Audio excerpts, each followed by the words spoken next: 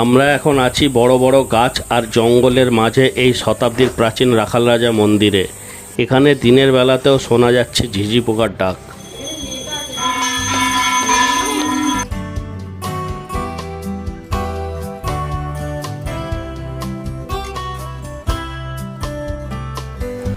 আমার সকল দর্শক বন্ধুদের স্বাগত আমার চ্যানেলে।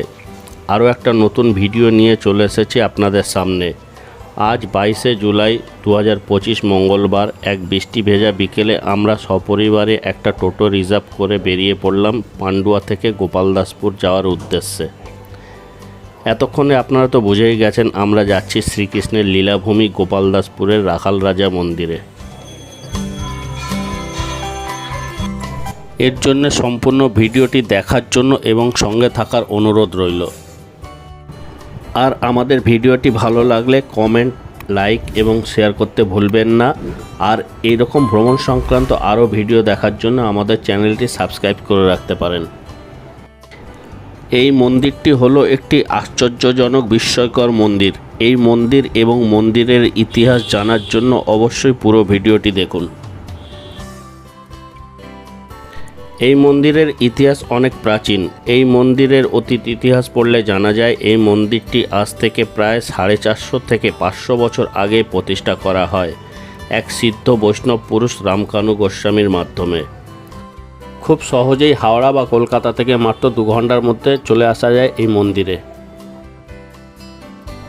হাওড়া থেকে মাত্র 50 টাকা খরচ করে চলে আসতে পারেন এই মন্দিরে। এই মন্দিরে আসার জন্য হাওড়া বর্ধমান মেন লাইন শাখা ট্রেনে চেপে চলে আসুন। এক্ষেত্রে ভাড়া পড়বে জনপ্রতি 15 টাকা এবং এসে নামুন বৈচি স্টেশনে।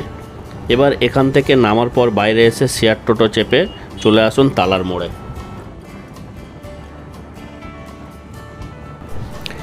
বৈচি স্টেশন থেকে তালার মোড় অটো স্ট্যান্ড পর্যন্ত 10 কিলোমিটার পথ। আর এই 10 কিলোমিটার পথ আপনাদের গ্রামের সুন্দর রাস্তা আর রাস্তার দুই পাশে গাছগাছালিতে ভরা প্রাকৃতিক সৌন্দর্য দেখতে দেখতে আধ ঘন্টার মধ্যে পৌঁছে যাবেন তালার মোড়ে। আর এই পর্যন্ত আসতে টোটোতে ভাড়া নেবে 25 টাকা জনপ্রতি।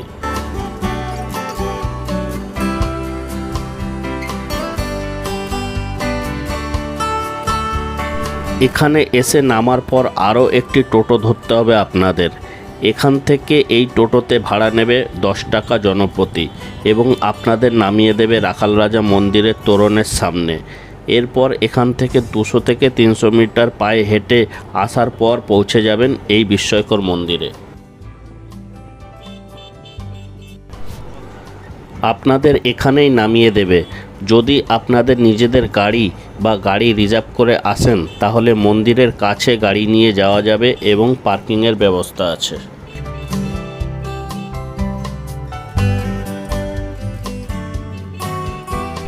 এই মন্দিরটি গ্রামের একেবারে শেষ প্রান্তে শান্ত কোলাহল মুক্ত নির্জন জায়গায় অবস্থিত।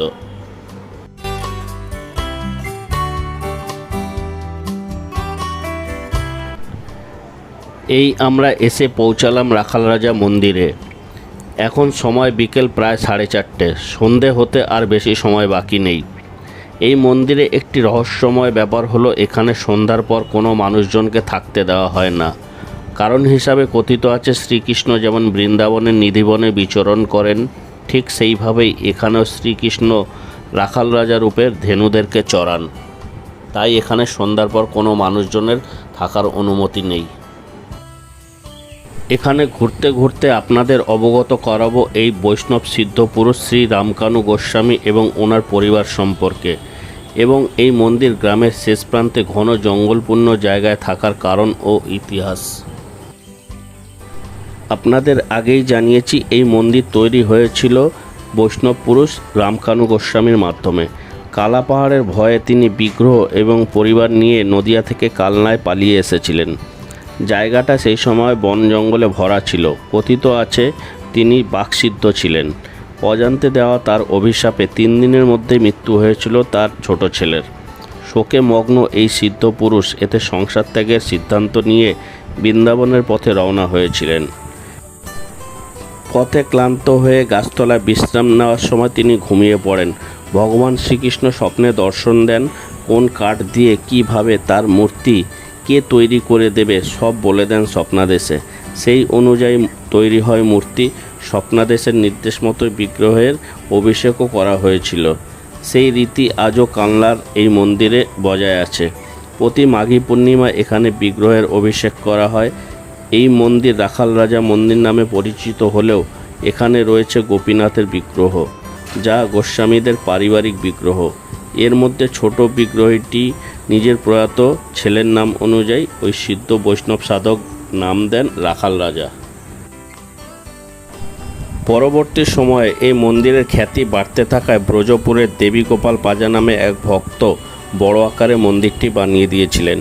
মন্দিরের নিচেই রয়েছে ওই বৈষ্ণব সিদ্ধ পুরুষ রামকানু গোস্বামীর সমাধি। কথিত আছে স্থানীয় জমিদার গোপাল দাস দীর্ঘদিন ধরে ইজারা নিয়ে রাখা ওই জঙ্গলে লোকজন নিয়ে আচমকাই পরিদর্শনে আসেন। তিনি দেখতে পান সেখানে বিনা অনুমতিতে জঙ্গলে রামকানু গোস্বামী ও তার স্ত্রী কুটির বানিয়ে ও মন্দির বানিয়ে পুজো পাঠ করছেন। জমিদার নিজের পরিচয় দেওয়ার পর তাদের আপ্যায়নের ব্যবস্থা করেছিলেন গোস্বামী দম্পতি। তাদের স্বল্প প্রসাদেই জমিদার ও তার সঙ্গে থাকা বিপুল সংখ্যক লোকজনের পেট অলৌকিকভাবে ভরে গিয়েছিল। সেই অলৌকিক শক্তির পরিচয় পেয়ে জমিদার ওই গোটা গ্রামটি গোস্বামী দম্পতিদের দিয়ে দেন আর নিজের নাম অনুসারে ওই গ্রামের নাম দেন গোপালদাসপুর। কথিত আছে এই মন্দিরে আজও ভগবানের কাছে যা প্রার্থনা করা হয় সব মনস্কামনা পূরণ হয়।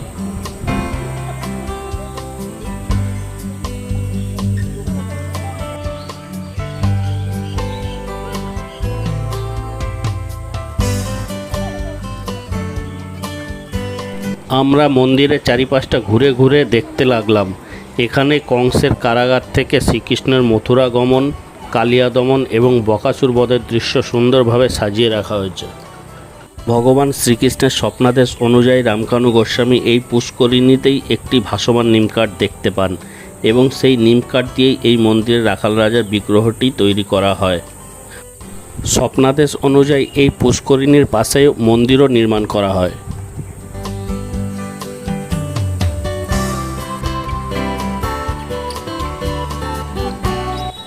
এইখানের এই সুবিশাল গাছগুলি এই মন্দিরের ইতিহাস বহন করে চলেছে দীর্ঘ কয়েক শতাব্দী ধরে।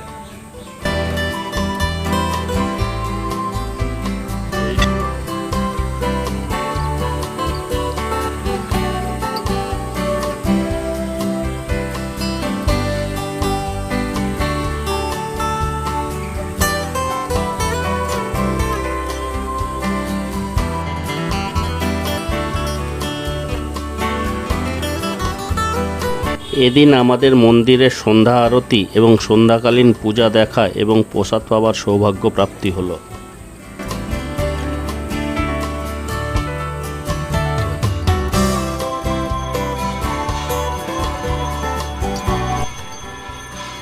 মন্দিরের ঠিক সামনেই এই স্থানেই ভক্তদের বসবার জায়গা, আর এখানে অনুষ্ঠানের দিনগুলিতে নাম সংকীর্তন অনুষ্ঠিত হয়। আর এখানে শ্রীকৃষ্ণের বাল্যলীলার নানান ঘটনা চিত্র আকারে ফুটিয়ে তোলা হয়েছে। কৃষ্ণের হাতে কংসবধ, পুতনা রাক্ষসী বধ, মা যশোদার বিশ্বরূপ দর্শন, যশোদার আদরের নাড়ুগোপাল, দুরন্ত গোপাল উদখলে বাঁধা, শাসনরত মা যশোদা, রাখাল সাজে শ্রীকৃষ্ণ, কালীয় দমন,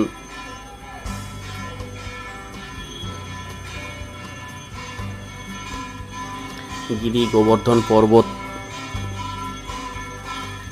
রাখাল রাজা শ্রীকৃষ্ণ। এই হলের পিলার বা স্তম্ভগুলিতে চিত্ররূপে ফুটিয়ে তোলা হয়েছে শ্রীকৃষ্ণের বাল্যলীলা থেকে কংসবধের দৃশ্য।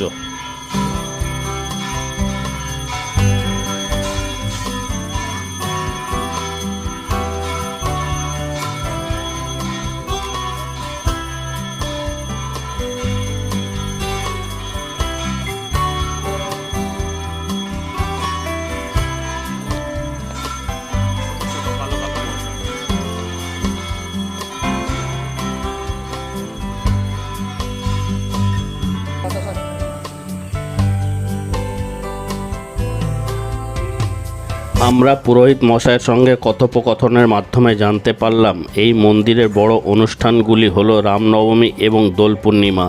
এই দিন সাড়ম্বরে পালন করা হয় এই অনুষ্ঠানগুলি। এছাড়া এখানে প্রতিদিন দুপুরে ভোগ প্রসাদ পাওয়ার ব্যবস্থা আছে। এর জন্য সকালবেলায় যে সমস্ত ভক্তরা আসবেন তাদের 60 টাকার বিনিময়ে কুপন সংগ্রহ করতে হবে। এই হলো মন্দিরের ভোগ রান্নার জায়গা, আর এর পাশেই হলো এখানে ভক্তদের বসে প্রসাদ খাওয়ার জায়গা।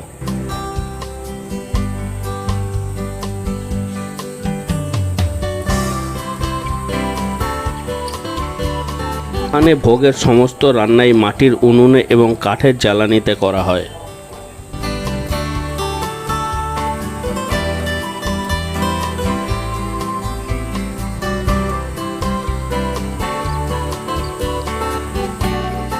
কলকাতা বা হাওড়া থেকে মাত্র ঘন্টা দুয়েকের পথ। একজন মানুষের ক্ষেত্রে আসা এবং যাওয়া খরচ মাত্র 100 টাকা গাড়ি ভাড়া বাবদ। তাই অল্প সময় এবং অল্প খরচে একবার ঘুরে দেখতে পারেন এই শতাব্দীর প্রাচীন মন্দির এবং উপলব্ধি করতে পারেন এই মন্দির গ্রামের একেবারে শেষ প্রান্তে জনমানব শূন্য জায়গায় থাকার কারণ ও রাখাল রাজার উপস্থিতি। এই মন্দিরে রাখাল রাজা রূপে শ্রীকৃষ্ণই পূজিত হন।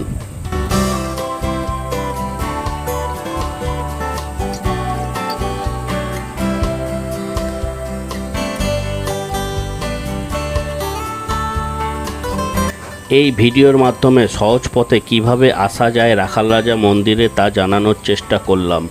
আমাদের ভিডিও ভালো লাগলে লাইক করতে ভুলবেন না, আর ভিডিওটি কেমন লাগলো কমেন্ট করে জানাবেন এবং শেয়ার করবেন। আর এই রকম আরও ভিডিও দেখার জন্য আমাদের চ্যানেলটি সাবস্ক্রাইব করে রাখুন এবং বেল আইকনটি দিয়ে রাখুন। ধন্যবাদ।